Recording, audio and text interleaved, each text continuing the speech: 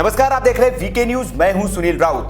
अयोध्या में श्री राम जन्मभूमि ट्रस्ट पर लगे जमीन घोटाले के आरोपों में रोज नए नए खुलासे हो रहे हैं। आरोप लगाने वाला पक्ष हर रोज नए कागजों के साथ हाजिर हो जा रहा है, तो दूसरी ओर से ट्रस्ट और भारतीय जनता पार्टी से जुड़े लोग इस पे रोज उन आरोपों का जवाब दे रहे हैं। लेकिन इस बीच ये मामला अब राजनीतिक रंग भी लेता हुआ दिख रहा है। आने वाले वक्त में उत्तर प्रदेश में चुनाव है और उससे पहले विरोधी दल जो है वो इस मामले में सत्ताधारी दल को घेरने की कोशिश में जुट गए हैं। चूंकि राम मंदिर से प्रत्यक्ष या अप्रत्यक्ष तौर पर भारतीय जनता पार्टी जुड़ी हुई है, चंदे का कलेक्शन भी उन्होंने किया है, इसलिए राजनीतिक विरोधी दल जो है वो इस मामले को बड़ा बनाकर आने वाले चुनाव में इसका फायदा लेना चाहते हैं। लेकिन इस मामले में अब जो खुलासा हुआ है वो बहुत ही हैरान करने वाला है। क्या राजनीतिक दल अब भारतीय जनता पार्टी को नुकसान पहुंचाने के लिए या इस मामले में घेरने के लिए संतों का सहारा ले रही है? और क्या संतों का सहारा लेने के लिए उन्हें पैसों का लालच दिया जा रहा है, उन्हें पैसों के साथ साथ पद का लालच दिया जा रहा है और संतों को ट्रस्ट के खिलाफ और भारतीय जनता पार्टी के खिलाफ खड़ा किया जा रहा है? क्योंकि जब से आरोप लगे हैं तब से जो विपक्षी दल है उन्होंने आरोप तो लगा दिए जमीन घोटाले के, लेकिन ट्रस्ट के अयोध्या के संत हो या देश भर के संत हो, वो ट्रस्ट के साथ में खड़े दिखे और ट्रस्ट पर जो आरोप लग रहे हैं उसे बेबुनियाद बताते हुए इन राजनीतिक दलों को ही लताड़ना शुरू किया इन्होंने।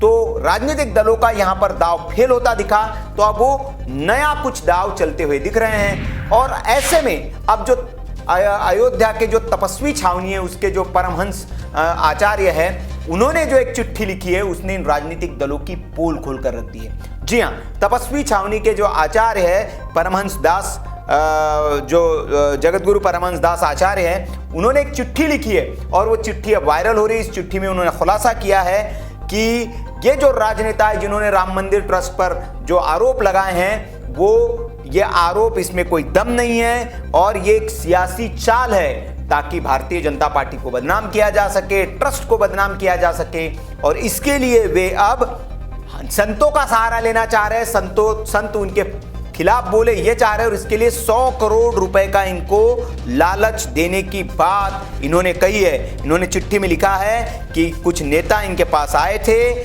और आप इनके खिलाफ बोलिए कहा तो आपको 100 करोड़ रुपए हम देंगे, साथ ही साथ आपको सीएम का उम्मीदवार भी बनाएंगे।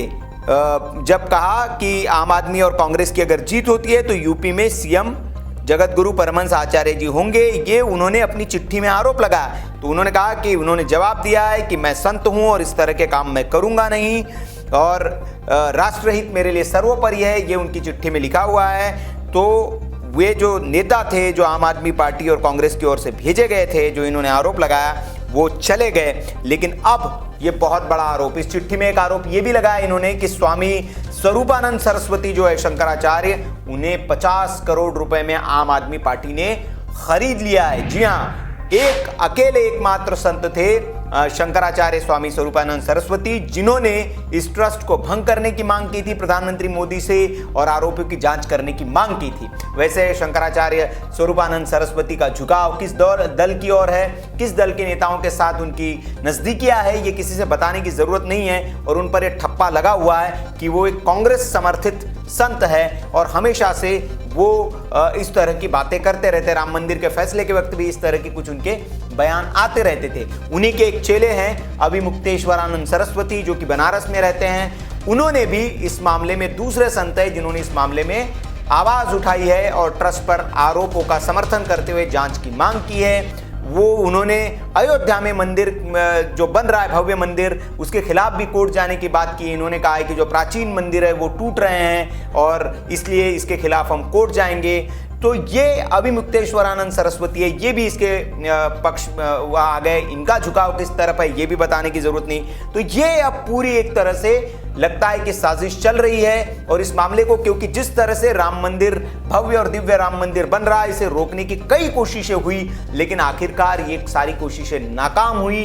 कोर्ट ने फैसला दिया, उसके बाद भव्य और दिव्य राम मंदिर अयोध्या में बन रहा है। लेकिन अब किस तरह से साजिशें उसे रोकने के लिए की जा रही है, ये इससे समझ में आता है। राजनीतिक दल चुनाव में फायदा लेने के लिए किस तरह से राम को बदनाम करने में जुटे हुए हैं, राम जन्मभूमि को बदनाम करने में जुटे हुए, राम जन्मभूमि ट्रस्ट जो उस मंदिर के काम में लगी हुई उसे बदनाम करने में जुटे हुए, ये इससे समझ में आता है। और ये अगर आरोप सच है तो ये बहुत गंभीर आरोप है आम आदमी पार्टी, समाजवादी पार्टी और कांग्रेस पर कि ये संतों को खरीद कर ट्रस्ट और बीजेपी के खिलाफ उत्तर प्रदेश में माहौल बनाना चाहती है, चुनाव जीतना चाहती है। अब देखना होगा इस चिट्ठी पर सरकार, क्योंकि योगी आदित्यनाथ की सरकार है उत्तर प्रदेश में, वो क्या एक्शन लेती है। क्या इस चिट्ठी पर कोई एफआईआर दर्ज होती है इन पार्टियों के खिलाफ, इन नेताओं के खिलाफ? क्या इसकी जांच होती है?